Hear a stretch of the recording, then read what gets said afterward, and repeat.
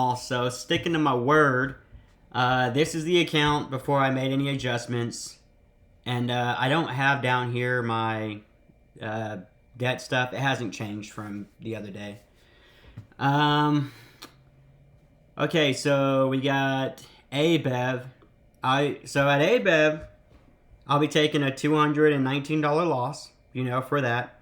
But at the price that I'm selling these shares for, and then at the price I'm buying more Zim, down here, I'll be making 1,000, like, I don't know, 200 or whatever from that. So it's worth taking that loss because I'll get that back in a $6.40 dividend per share they're fixing to pay.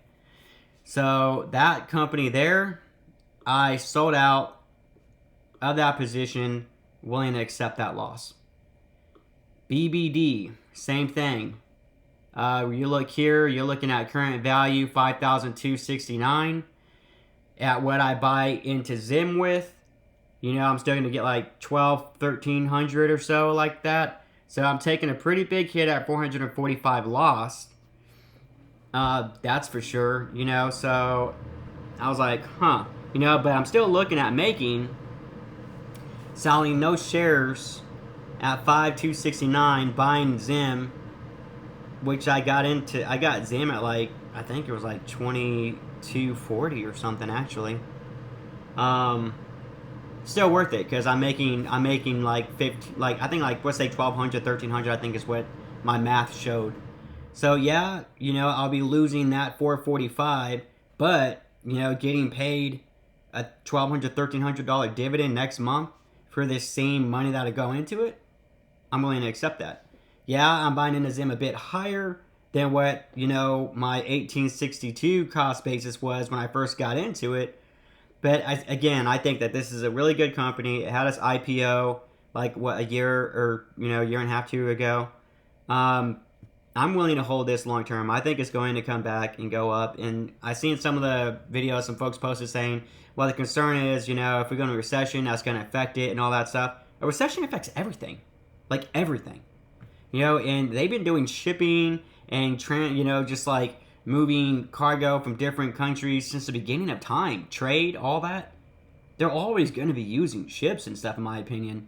And this is just a huge, huge opportunity to get into. And they're giving you this great dividend to do it. I'm like, man, so, sticking to my word, that I said last night, and I just now I'm getting, got time to be able to get it to the computer for my job. But I sold this, took the $218 loss, got that income, roughly. I mean, I did this snapshot and then, sold it about that price. I'm in the market's live, so it changes a little bit. I sold this, took that loss, so that's down 660 roughly, but it freed up, 10,000 in cash, which I did put this in. The only one I did not sell is BRFS, and it's not because I want to stay in BRFS. It's because the loss here, the total loss is $1,912. Okay, so that's where this calculator over here, right here, comes in, because selling the 5,700 pretty much, right here, and buying in the Zim at 2350, 20, whatever it has it at, will only get me $1,230 for the dividend, in April. Which means I'm still looking at I'm still looking at about a $700 loss here. And I'm like, okay, that's still a lot. These other ones, like I said, obviously with the amount of money that I'm buying in, I'm going to get like a $1,200 dividend, so I'll still get $1,000, out of that, so I don't really care about it. Same here, I'm looking at a $1,400 dividend, so you're still getting a pretty good, so the loss kind of cancels out, and yeah, those dividends would make up, losing a lot more here, but I'm not feeling that one. I don't feel good about that one. I never feel good about taking losses, obviously, but I'm willing to get into the Zim position because for all we know, Zim stock could go up more and more over the next 9 days before the dividend's paid. More people might be hearing about it, and more people might be like, you know what, I think this is a good one. And like I said, well, like a video a guy did, you know, I don't remember what the video was, but it's on the YouTube. You know, there's not a lot of big hedge funds in it right now, or something like that. So there's room for growth. You know, a lot of people say that there's room for growth. But yeah, so I did not sell my BRFS position because I would only look at getting 12.30 on the dividend in April, and I don't want to take that huge loss. So I'm just going to wait until that one bounces back a little bit. But I was still able to build my position up a lot. So going into the next one, so those are the changes. I just want to talk to you, but here's the change. Here's the proof of it. You notice ABEV is gone. You notice BBD is gone. BRFS still here. But I, down in this yellow, jumped my position to almost $20,000. Well, that's the value. My cost basis being the 17,500, 828 shares. So that's almost 42% of my account now. But I think this is a really good opportunity in my opinion. You know, so we'll go 828. I won't count the 0.70 times $6.40 that they say they're going to pay. And it even says it on Fidelity. I'll show you because I got a snapshot of my dividend thing. Boom. So it's looking at, this is what it's saying. So I'm looking at getting a $5,300 dividend, you know, next month. That much more income to my income that I already get. You know, so that's like, I mean, I'm looking at getting like almost with my job and everything, like $9,000 next month with this dividend. You know, yeah, Zim stock, you know, okay, so my average cost basis now, you know, jumped up to 21.14 because of that. But like I said in a previous video, if I ever wanted to sell some Zim, and I'm trying not to do it at all, but if I did, I don't technically have to sell the shares that I just bought today and take that loss. I could sell the 7,000 or 3,000 of that 7,000 that I bought at 18, where I'm still taking a gain. You know, I'm still not going really bad. Same as, like I said a few videos back, I did that as an example. I think it was BBD. I took a little bit out. I think it was 2,000, so to pay toward the credit card, but I took no loss there. Today, selling BBD, I took the $400-something loss, but putting it in a Zim at the you know, the 640, I will make back that loss plus like an extra grand almost. You know, so I'm not really worried about it. And if Zim stock does go down, which probably will. Stocks always go up and down. You know, I'm not really going to care too much, you know, about that either, because I think it's a good company. It's going to be around. So, like this is like me gambling right here in a sense, but not really, you know, because I really do think I'm going to do well from this. But yeah, so this is, that is what I am looking at right there. I'm stoked about that. You know, so that's pretty good. You know, and even if, you know, $6.40 is insane. But say like this company only paid $1 one time. Say like, okay, you know, earnings aren't great. We're in a bit of a recession, whatever. And they're like, we're only paying $1, you know, for the dividend. You know, as I said in the previous video, that's like 4.4% or whatever. I did the other thing and all that stuff, and it adds up to a good. Even at, you know, $1, I'm still getting paid $828 for 3 months.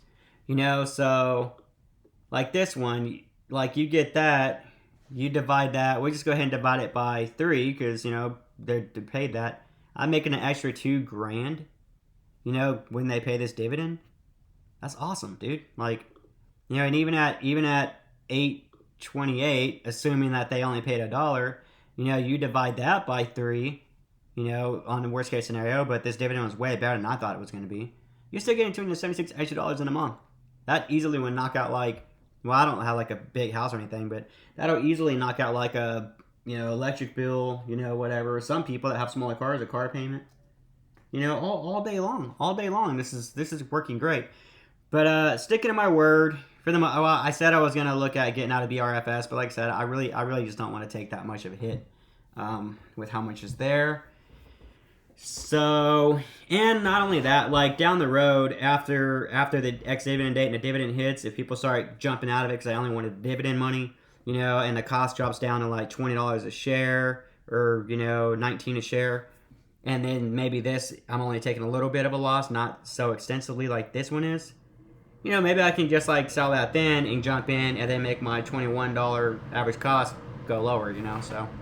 But either way, I still built this position better than I wanted, and I got out of some things that I still think BBD and I still think ABEV will eventually go back up. It might be 2, 3, 4 years from now when things start taking off again. But I really don't. And if you have a lot of money, yeah, just leave it sitting there. Like if you had a lot of money, a couple $1,000,000 or whatever, who cares? Like if you have that, $7,000 in there, who cares? You got a bunch of money to work with. I unfortunately don't, and I have to make things move a little bit quicker. Because time's against me, as it is all of us. We're only on this planet a limited time, so. And since I have way less, of a portfolio than other people, I want to get this portfolio up to 6 figures. And obviously with my 401k, I'm at like 80 something thousand or whatever, so that's pretty sweet. But yeah, so I want to get this moving, so that's what I got to do. But yeah, so super stoked. And then coming into the next one here, you will see it says right here, amount per share, $6.40. That puts the dividend yield at 147.48 from, the recent stuff. And the pay date is April 3rd. And the ex-dividend date, they're saying April. I don't really understand the whole concept of like saying April 4th, because I do believe that they said it's March 24th that you have to be in by. So yeah, either way, and in looking at March 24th, I still have 9 days to where maybe BRFS will rebound and Zim can do some change and I can get out of that and jump in there. But on the idea that Zim might still keep going up and my other ones might keep falling, I just went ahead and decided I'll take this $600 loss on the 2 that I sold to look at getting a $2,500 dividend for it. That to me seems like a good trade-off. And again, I think Zim stock is a good company. I think it will go up and I think it will be more and more. And I think eventually, some hedge fund places might jump into this. I really do. It might not be big banks or anything, but someone's going to start getting attention, I think. In the future. I can't tell you when. It could be a year. It could be 6 months. It could be 2 years. I don't know. But I think it will eventually get it. And right now is a great, great opportunity to buy into this company. And for me, I can't pass it up. I really think this is a huge opportunity. So that's why I'm jumping on it. And just at what it's saying right now, look at the estimated annual income now that like in videos that I made when I first started trying to make stock, not stock videos, but videos about my own account, my journey. Well, I said I wanted to make passive income, but then I started focusing on just building the portfolio. Okay, well, by focusing on building on the portfolio in a sense, I've also gotten to a point where, we got good passive income coming in. The dividend, sustainability, and all that, I don't care. As long as I'm getting $1 off that dividend, I am happy. And then if I'm getting 6.5 times that nearly, that's cherries on top, Like, it's great. Short of this thing going into some, Sucker Valley Bank, whatever it is, I'm not going to be upset about anything, really. So I'm pretty stoked. Like, I'm super happy about it. I got good annual income coming in now, and the position's up, which that like my 2,000 increase position. I'm counting on that going down. I'm betting it will go down. But like I said, I don't really care about that because I'm getting this huge dividend, and I'm all for it. Like that's what I said. The dividend's where it goes. And I said in previous videos, like I wanted to build my FOB. This opportunity that we're getting right here is $6.40 a share. Is a huge part to me being able to build that FOB. It's going to give me so much, extra income to start putting into stuff, and then now it's good supply lines, It's good supply lines. It's great.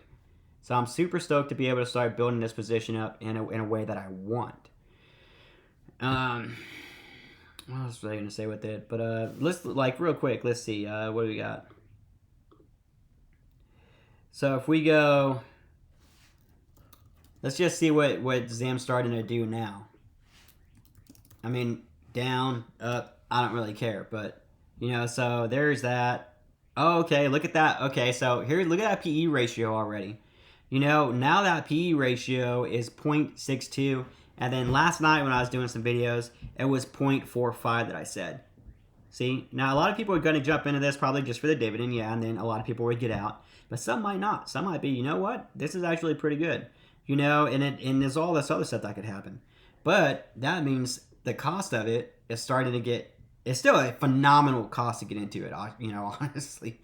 And the dividend yield, everybody's like, 100 plus, and who really cares about the 100 plus thing? They said, if you're getting even at 20% dividend yield, 25% dividend yield, that is insane. Like, that's the big, like, what concern people have? It's like, oh, I don't know if it's going to stay at 150. Even if it's at 20%, that's still insane. And you're getting it for a very, very inexpensive price to earnings ratio. And the market cap is almost $3 billion. I'm not guaranteed, but I bet that thing's probably going to hit. This is my guess, just for fun.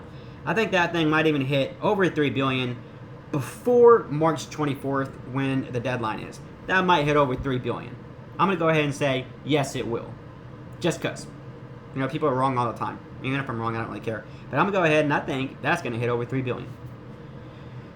But yeah, so super, super cool. Yeah, like I still think it's a great thing. Great to get into. There's so much, like, it's crazy. It's crazy. So now that I built my position up and I'm looking to get, that $5,000 and some change next month, that's awesome. Because that amount of money there, I might just do some more investing with it. I might take a little bit of it out, to knock down some more debt, so forth. Because, like, it's March 15th, so that 1,020 in my checking account, like I said, I don't have it here right now because I was just wanting to get this out there. That's going to come out today, so it'll knock down the loan from the 28,000 that it's at a little bit down to like 27,000 and whatever. So yeah, but I did exactly what I said I was going to do, minus BRFS, which I really did want to get that money out too and drop it into Zim, because then I'd be looking at getting like 16, almost 17,000 in that dividend. Not 16, you know what I meant, 6 or 7,000 in that dividend. Like, so I would say 6,000 or some change. But because where BRFS is sitting right now, I'm just like 1,900. It's kind of a lot. So I'm just going to kind of keep it there and see what happens for now. Because I think there's still going to be plenty of time to buy in, some more Zim stuff. And let's see, what else do we got? So, okay, so they updated the number of employees. It's 98,000 for 2022. Earnings Q1 2023 scheduled May 11th. Okay, so we still don't know what the earnings are going to be for this one. That's in Brazil. But as low as this stock is and how it's been trending, like just getting the crap beat out of it, even if they have, if they have even a slightest bit of green, maybe, this could shoot up, so I might even look at, once this dividend comes through from Zim, I might turn around and look at just being like, all right, I'm going to dollar cost average this down a little bit and knock my dollar cost average down off of that, which, we'll quick see what my cost basis is here. BRFS, my cost basis is 168. It's sitting at that 125 or whatever it said. Okay, so 127 now. So yeah, even if I drop some money into this, because I don't think this company is gonna go anywhere. What do we got? Market cap 1.34 billion. I mean, I don't know. I'm not really. That's just me throwing out some random stuff for that. I don't really know. But if I could dollar cost average that thing down, to knock that where it's way lower, and then to get a good thing, I could still get that money out, which would be, if I dollar cost average down, you're looking at, I guess closer to like 8,000-9,000 or whatever. But if I could get it out of it, and then I could look at just chunking all that also into Zim. But yeah, it's building a big position in Zim, but I feel really confident about that. And then later on, I can get stuff from here and then build these other positions up. Because like I said, I'm not selling these other positions. I still want to have some diversification, but I want to have that FOB that I talked about. And I'll start building up some other ones that, are good companies that pay good stuff, a bit more safer investments to say or whatever. But I still think Zim's a pretty safe investment. I think it's just not getting the credit it deserves. But anyway, so that's the update, and whatnot. So cool. I was able to build that position, 828 shares, and now it's setting at nearly $20,000, and I'm super happy with it. Just want to share with you guys. And then I'm still going to look at trying to get out of BRFS with, in the next 9 days, if possible, to also throw that money into Zim and potentially build that position to 25,000. So those are my plans. Hope y'all are, kicking butt in the markets, whatnot, and even getting prearranged for, doing good. Like, this is me trying to get a quick tackle on it. But anyway, good luck out there. I hope you guys are doing very well with your investing life and strategy and stuff like that. And I will see you in the next one.